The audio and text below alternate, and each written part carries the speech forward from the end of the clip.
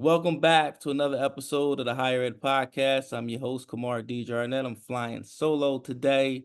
Got a sensational guest with us, Mr. Shane Sparks.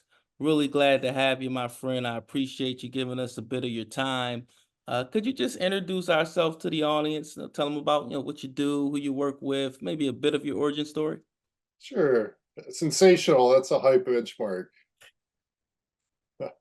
So yeah, Shane Sparrow, I'm founder and CEO of a company called Enrollment Resources. So we've been around for, gosh, I think we're in our 21st year. We're Nice. basically a team of marketing technology and human behavior experts that specialize in school growth. Okay. So primarily we work with technical vocational kind of programs. And really we're trying to help them kind of get the most out of what they got. It's a field called conversion rate optimization. I'm sure, Kumar, you're familiar with that idea. It's, I don't know, candy bars at the checkout, upselling at every opportunity. Right? It's just a way to think about how to take full advantage of the opportunities you're availed. So we've got three basic things we do. We have a technology we developed called Virtual Advisor. So Virtualizer is cool. It's a lead capture platform. It powers a number of tools that help engage the prospects that are coming to your website and do it in a way where we uncover some insights into who the people are, like what is motivating them. It's been super helpful as a way, as both a lead booster and a way to boost enrollment, subsequent enrollment. We also do high converting websites. I would say our approach is pretty different than most other marketing companies because really the only thing we really care about is how do we convert the maximum amount of visitors to a lead. And so we're more template based test, and the tactics are based on a foundation of testing that we've done over the last 15 years. And then we run Google ad campaigns. And again, mostly for vocational training kind of schools. Nice, nice. So Tight. the million, no, no, this is live. This is good stuff. So Yeah. the $1 million question is, did you view AI as a disruptor or an enhancer? Well, okay. So me personally, it freaks me out. I don't like increasingly I like pen and paper and like analog world. But like in terms of opportunity for the business, yeah, it's AI has been actually amazing. And I'm pretty wary of whatever the technology du jour that comes up, right? I've seen a lot of these cycles where everyone gets excited about something and then it kind of runs its course. Sure. AI has been amazing for us, and we've already integrated two kind of features into our product and have a number of other ones in development and have adopted into our workflows that are helping create more efficiency and consistency in our delivery. So, um, like one of the things our product powers is what we call the career training readiness quiz. It's basically for prospects that come to a website but aren't ready to fill out that inquiry form. Often they're curious, right? And so if we give them a mechanism to explore whether school's a fit for them, they'll do it. It's still just a lead source ultimately, but it takes them through a questionnaire around their hopes and dreams and goals, where they're at, what they want, what kind of person they are.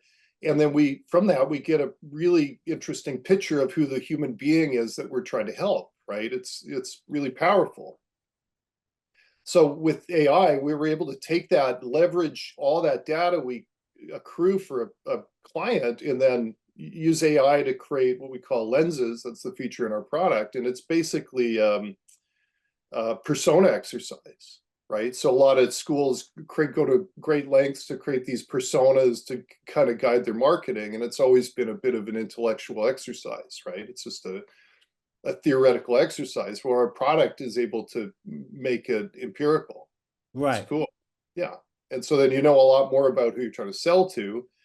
And from that, we've used it to build, like we have basically AI generated or assisted landing pages for paid search campaigns. So we know in paid, well, you guys I'm sure see this too. With paid search, those campaigns kind of live or die based on the strength of the landing pages, right? They're either you can deliver a lead at a reasonable cost, or you can, and most of it is on that sales page. And so, which is mostly copywriting, and finding good copywriters and keeping them motivated, and having systems to avoid kind of a bad day for your copywriter who produces a lousy landing page. It's tricky for agencies, right? It's Right. tricky for all organizations. So we basically now take all that data that we accrue, dump it in the AI, have built a pretty elaborate prompt into the AI that will produce landing page copy that is then scrubbed by our copywriter. But it's taken the time to produce those from, like, I don't know, 3 or 4 hours of writing time to 20, 30 minutes. It's Wow. amazing. Yeah, it's wild. And what's cool though, like what for me, hey, efficiency is great. If we can do more with less, awesome. But ultimately, I just care about is, does it perform better, right? Because that's our promise to customers: is can we deliver better results? And I have a personal hatred of Google, and so every buck that we can avoid spending on Google, it's like a win for the good guy, right? Right. And so as we've tested these landing pages against our control, which, if you're familiar with direct response advertising, you iterate, right? You test and iterate, and you get to your control, and that kind of becomes the kind of gold standard, right? Sure. And ours is, we 15 years of iterative testing on landing pages, so like we're pretty good at it. These AI assisted, I would call it, landing pages are converting at or better than our current best practice. And I actually just saw some data yesterday on some trouble accounts. They're like 30, 40% better. It's amazing. Wow. Yeah, it's really cool. Wow. So I'm, like I said, generally not an enthusiast of technology. I'm not personally an early adopter for most stuff. Let's wait and see it out. I'm really bullish on AI as a way to improve, excuse me, the marketing execution. Sure. Sure. Yeah. So for you guys, it seems like it's already kind of helped you from a time standpoint, get more, hours back to focus on, different projects or things of that nature. Have you guys already started to see a return for clients? Yeah. Yeah. In terms of performance gains, yes, Nice. we absolutely are seeing that. Yeah, like I said, if it makes us more efficient, efficient's fine. What I'm more concerned about is consistency, Yep. right? How do we deliver consistent results? Because that's our promise, right? Just like it's your promise. Like that's what we're putting out into the universe, and that's what we got to step up and deliver. So it's helping us create more consistency, and what it's really helping us do is create also more insight that helps the clients. Gotcha. Like, I, I'm less familiar with higher ed. We have some schools that are kind of the more traditional higher ed schools, but most of our business is in career education, and Gotcha. they're very much a get the lead, enroll the lead kind of people. Right. And my perception of higher ed is that there's a much bigger continuum of practices, right? You've got some schools that are, they're very lead generation focused kind of schools.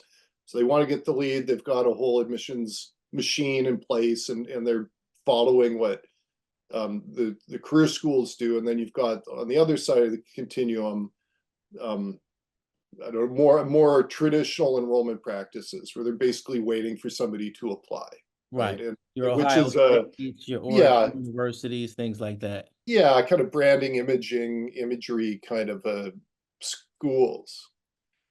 Um, for those personally, I think those guys are just going to get absolutely creamed, right? Unless you're a top tier brand, you're at existential risk of shutting down, Yeah, right? absolutely. And I don't think they get it. And so I've got we were talking earlier, I've got kind of like a love-hate thing going on with higher ed, because I don't get it. Because the model, like, I was thinking about this morning. The schools that are really winning in the battle for online enrollments, right? There's sort of like a race right now to dominate online, Yeah. right? And that the schools that are winning in that are certainly lead generation kind of organizations. Like they're designed for that. And there's I don't know if you've been following it, but like the Department of Education third party servicer regulations that are designed to hurt the OPMs, right? They want the OPMs out of business. Um, the OPMs were basically functioned, from what I could tell, as I don't know a way. They're sales organizations, Right. and they allow a school to attach to a sales organization with like plausible deniability, right? So it's Exactly. like, that's not us, we're pure. They're the the terrible salespeople that are out to do their thing, but we're going to benefit from it. And I don't know, it's such an interesting sector. What do you find? Then we've seen it's interesting. We've seen a lot of that. It's caused a lot of because we work in both spaces. We work in career, but we Okay. also are working with traditional colleges as well, and it's causing a lot of them to rethink, their relationships or to try to figure out a different way, to recruit. So we've actually had a couple. Probably recently, probably in the last few months, we had kind of more, I guess we call them discovery calls with some of the traditional colleges because they've got to figure out, kind of that piece. How do they navigate now without being able to outsource that? And because a lot of them were doing outsourcing with the profit sharing, and like you said, they were kind of able to, It's like they can enjoy the sausage, they just don't know how need to know how it's made, right? Like exactly. that's what it feels like. Yeah. Yep. Yeah. Yeah. Which is not sustainable, right? You can only exist in that. Listen, I don't want to know, just I'm happy to get the money environment. You can only exist for so long before you get creamed. Yeah, I think it's changed the landscape significantly, though. Interesting. So just bringing this back to AI, because so I think it'll be a game changer depending on where you sit on that continuum, right? So if you're a heavily brand oriented, like you're basically waiting for enrollments to come. And so you generally, those schools are pretty good at communicating, right? They're good at their story.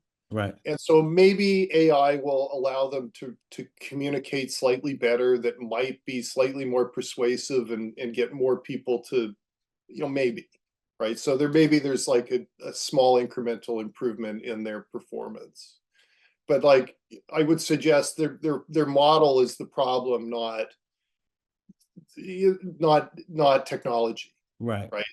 And so sure, they can get a little bit better with the schools that are more on the get the lead, enroll the lead side, right? They accept that they're kind of marketing organizations sure. in a lot of ways, Right, despite what the Department of Education wants you to believe. right, There's more opportunity because um, the testing is more um, meaningful, right? Like with those kind of when you're testing things, it either works or it doesn't. Cost right, really goes up or down, enrollments go up or down. Like there's direct evidence, and that allows you to refine and improve. right. And So yeah, no, I was just gonna say, and the quicker you figure that out, the quicker you can yeah, adapt, make adjustments, or continue to drive something that's working. yeah, that's right. And we're seeing it, right? Like there's some schools that are growing like crazy, and they've accepted their marketing sales organizations, right? And until we stop making those kind of bad words you're not allowed to utter Right, in front of a PhD, right? right, Like right. it's nothing's going to change. Yeah, And I think from my understanding, is the community colleges are kind of like at the front lines of that because they're getting hammered on both sides, they are. right? The career schools are chipping away at their 2-year program kind of business, and then the more traditional schools are sopping up all the transfer students, and they're in the middle just getting squeezed. And Yeah, they're just bureaucracies, right? They're just, and they can't break out of it. yeah. That So we've talked to a lot of people, even on the inside with the traditional schools. Some of them have appeared on podcasts. Some of them has just been, you know, uh, conversations in passing, but they're talking about the enrollment cliff, just like you said, and a lot of people aren't seeing it, and they're trying to throw up the bat signal, and to no avail. So yeah, it's interesting, what things are going to be like in the next 5 to 10 years, which is one of the questions that we tend to ask towards the end of the podcast. But for you, yeah, I know, one of your strengths is, increasing the organic lead flow and just pulling different levers, to help the schools, grow their enrollment. How have you guys been able to do that in this climate when, like you said, some people are taking off, right? And then, guys that got the football teams and the basketball got the built-in marketing, so that's not yeah, going anywhere. yeah. But it's been a challenge for a lot of people, a lot of schools, a lot of groups. Yeah. Well, for us, I'm trying to think of the right way to answer this. There's a okay. I think what we forget is there's a human being on the other end who's basically in a crisis, some amount of crisis, right? So if you're 18 and you're just graduated high school, your crisis is, what do I do with my life? I better go to school, and like I can hide out there for a while still, right? If you're 23 and you've been, I don't know, working at a lousy job, your crisis is I'm not going anywhere, and my parents are giving me grief, or my girlfriend's looking at me like she could do better, or Right. something. Right? There's Sure. like, and if you're 40 and I don't know,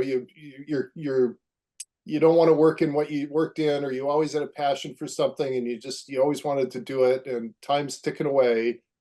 But it's always some kind of crisis, right? And so we kind of view education as an intervention in some ways to like a personal crisis. Sure. And it's such a big life decision, right? It's like getting married, buying a house, I don't know, buying your first major purchase. Like this is a big thing. And I don't think we acknowledge that enough, Yeah. right? And so what we find is that the things that are persuasive, right, that get people to take action are when we're empathetic and meet them where they're at. Sure. That's what is effective marketing. And it's expressed through landing pages and ads and websites and whatever. But like, so the more we can understand who we're trying to help, the more effective we are at helping them. And so we've always been, I would say, have always had an understanding of that. And then the testing and the iteration and the trying new things and the A/B testing, like those things are tools to like basically uncover the truth. But like, okay, I think the smartest thing I ever did Right. was probably 19 years ago when we created an informal mission statement. It wasn't even it's not even the official one, but we created Pursuit of the Truth. So Okay. the company, that is the vibe in the company. And so, hey, we're just trying to find out what's true. And then we were able to, and we kind of use that as a barometer for staff. And so we've been able to attract what I'd characterize as like intellectually curious people. Sure. And then with that guide around, okay, we're just trying to figure out what's true. And by sticking to that mission for 20 plus years or almost 20 years, um, it's been a good kind of North Star for us. So, can you hear me?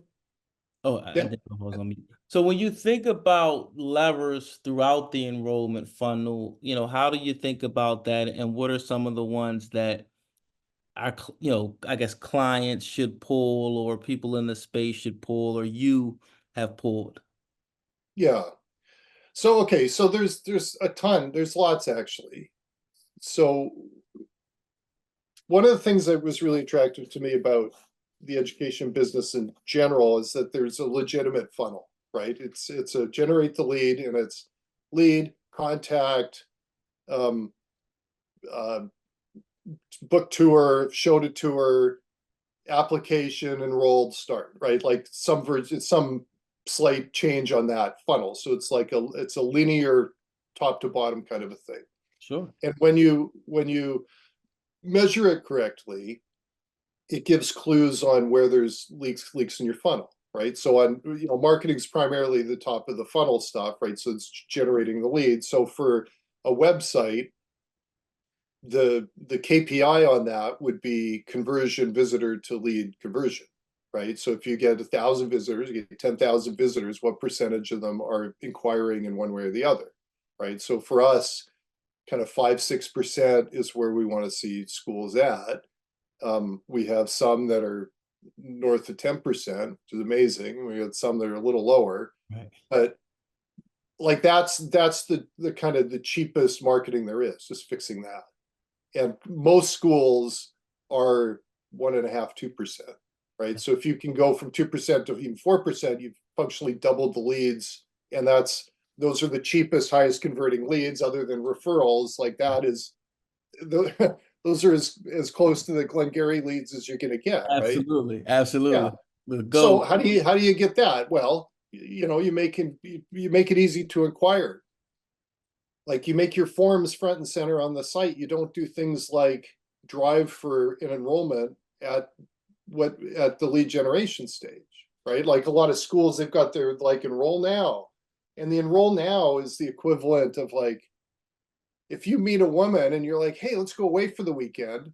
She's like, tap the brakes, buddy. You're freaking me out, right? I Like don't even know that's you, champ. Yeah, yeah, exactly. it's way too much. It's too Right. much too soon, right? So that's what enroll now is the equivalent of, Right. right? So, hey, request information, find out more, learn about, like something, a baby step Right. creates more engagement because it's not going to freak out your prospect, right? And so, but then you've got these, the enroll now kind of schools, then their expectation is the prospect's going to do all the work and they're going to select and then they're going to apply, and then they don't start caring about that prospect till they apply, right?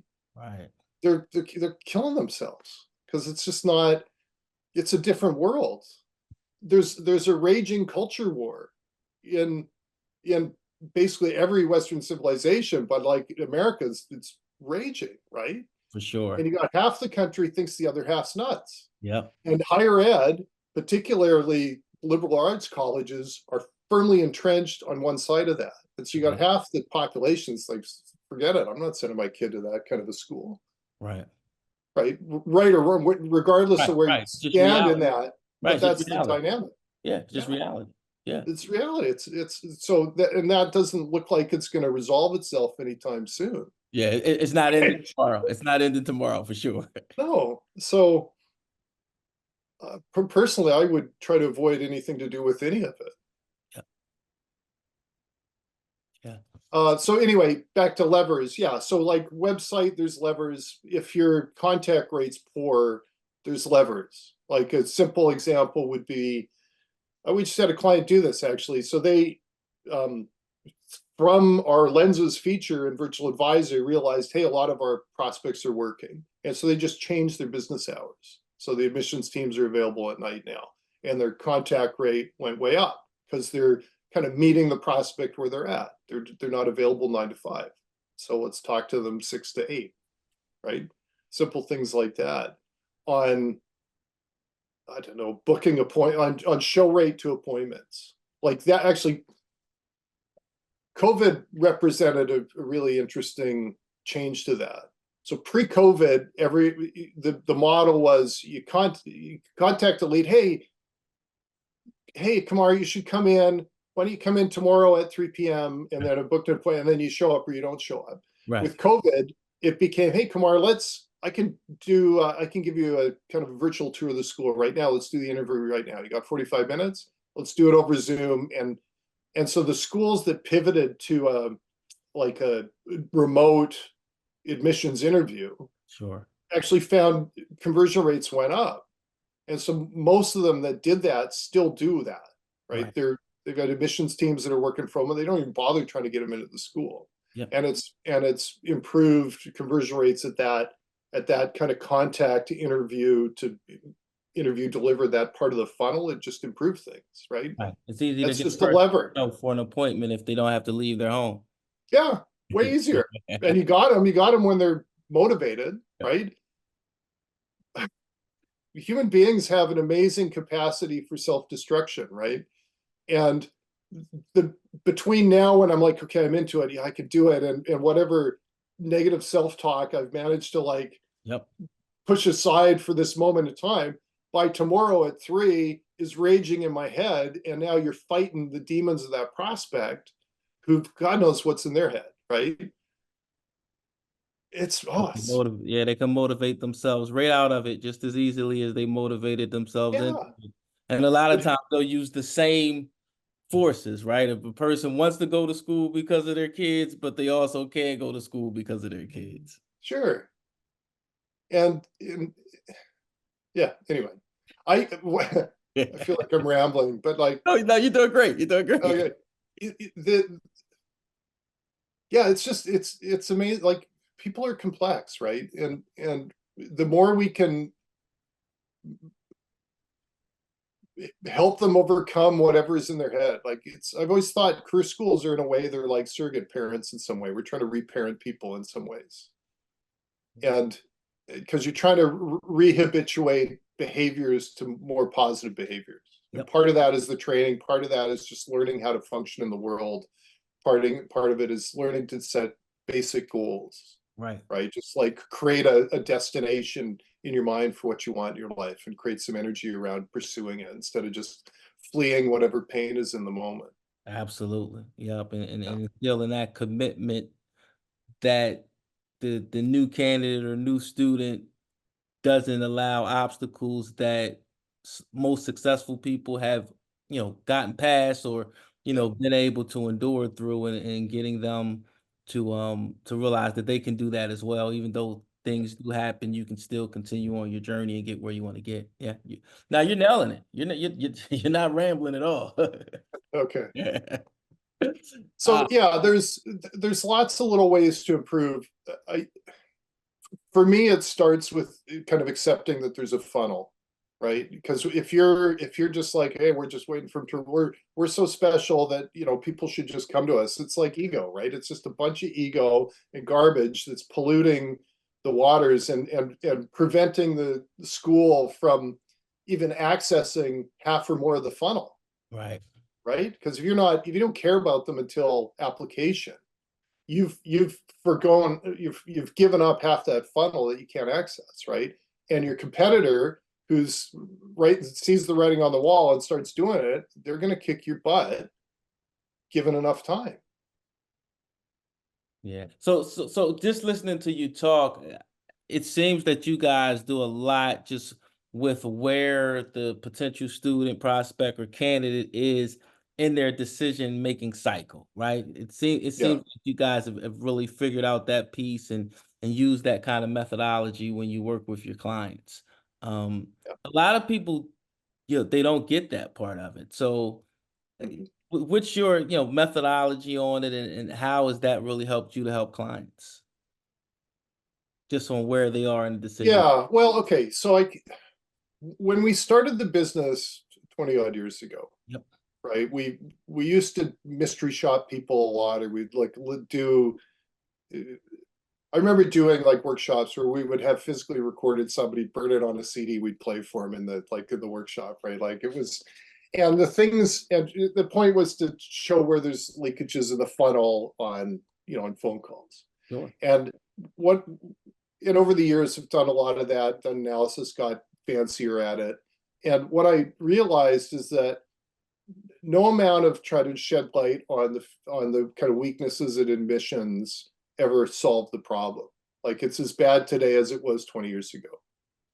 And I realized, well, this is a lost cause. This is dumb, right? I can't. This is, no matter how much I bitch about it, it's not going to change. So I got to change, right? And so we took the point of view of, okay, how do we set up admissions teams to succeed regardless of their behavior? Okay. Right? Because some are really good, and I've kind of realized it's entirely a functional leadership, right? Some schools have really good admissions leadership, and they run a tight ship, and they're a kick butt kind of team. Sure. Others don't, and they just aren't. but how can we help them regardless? And what it made us focus on, okay, how do we capture leads in a way that set up the team to succeed Mm, regardless? like And that. that philosophically has been really helpful. Like, for example, in our inquiry forms, which, again, we've tested like crazy, we now structure them as a multi-step form, but it's not like most multi-step forms were like, hey, what's your name? Hey, what's your email? And then they ask for the phone number the second or third time. And the idea is that, oh, I've already invested in clicking and I put my stuff in, so fine, I'll give you my phone number. It's like a way to trick them to get their phone number. Okay. In testing, we never found that made a difference, right? Didn't even work. So now what we do is the multi-step form is like, hey, thanks for your inquiry. Hey, where are you at? What are your motivations for inquiring with us? And do you know what program you want, or you're still trying to figure out what program you want? Which is kind of like the fork in the road for most people, right? It's like, hey, I know I want to be a chef. I know I want to get my master's in education, or I don't know. I'm trying to think about. I'm weighing my options, Yep. and that determines the kind of initial admissions conversation. And then we just ask them, hey, do you want to book a tour? Right? Do you want to book an interview? Do you want to book like whatever the school calls it? Do you Yep. want to book this interaction with this enrollment advisor? Sure. And we found just by asking that in that form, in that multi-step form, we've increased the tour, what we call a tour request rate, like 15 times. Wow. Yeah, it's wild. And all we do is ask for it. And we know that empirically, when people commit to a tour, they've sold themselves a bit farther, like they're farther along. Right. It's I've dinner got and a a tour movie. It's not a schedule. coffee date, Right. right? Instead of Yeah. an appointment, I've got a tour schedule. Yeah. Yeah. And so in their mind, they're like, okay, yeah, right. And it's like moved them down the funnel, and it took 4 seconds, right? It's just by structuring the form in a way. And so we just try to think about, okay, how do we capture leads in a way that are going to help and set the admissions person up to succeed as best we can? No, that's a great point. I remember when I first started working in career colleges, and I had a mentor, and he told me about this rep that he used to work with, and he said, "Kamar, she wouldn't schedule any appointments. She said she would just tell people I'm giving tours 10 o'clock, 1 o'clock, and 6 o'clock." And he said she would just have people, droves of people out at Really? those times, and would just give them tours. And so it's hearing you say that, it's just what's the word I'm looking for? It's just mind-boggling how just that change in word could Yeah. make the kind of the exact same thing, just people process it differently and take it more seriously. Yeah, but I remember he told me that really, really early in my career. So here, it really does make a difference, and the person does take it much more seriously. And they even make it like it's more of a big deal. Like, hey, I got a tour at Kamara's College Yeah. tomorrow. I'm going to the tour, as opposed to having an appointment scheduled. That's a really good idea. Yeah. Because in a way, it's like it also takes the pressure off, because you can hide in the crowd, right? Or the perceived crowd, right? It's not just me. I'm just gonna show, I am along for the ride. Yep. You might be the only one getting the tour that day. You never know. But it goes back to another point you made in terms of kind of the career college student and just the psyche. So on one, they may be nervous about the one-on-one interaction, Mhm. and like you said, may feel more comfortable in the crowd, even if it's just six people as opposed to just them. So Yeah, yeah. wow, that's a wicked idea. Yeah. No, this is Yeah, good stuff, man. This is good stuff. So I think I'm gonna stop here because if I keep going any further, we go on sure. for another hour. But this is good stuff though. And actually just thought about we may link up a couple different ways because I like how your mind works. Yeah, But let our audience know, can they get to you on LinkedIn, yeah, Instagram, yeah. And Facebook? listen, thank you so much for having me as a guest. This was really fun, and I Uh, really enjoyed chatting with you. So yeah, so the company is Enrollment Resources. yep. Two L's in enrollment. Just Google that, will come up. Okay. Um, we're happy to talk to anybody, give whatever advice we can. Like I said, we're very much focused on conversion rate optimization, which is just a very specific subset of marketing. All we want to do is help you take full advantage of what you're already getting, right? And for most schools, that represents a massive opportunity. And and we work well with other agencies. So if, hey, you got some marketing partner, we're not trying to Yep. wedge them out to get us in. We can work cooperatively, and it would just be a rising tide for your school.